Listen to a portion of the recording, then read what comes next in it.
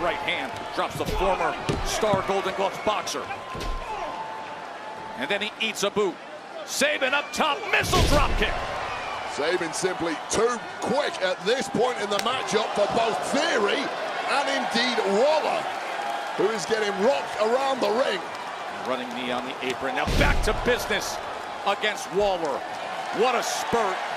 Offensive aggression from Sabin and the Motor City Machine Guns.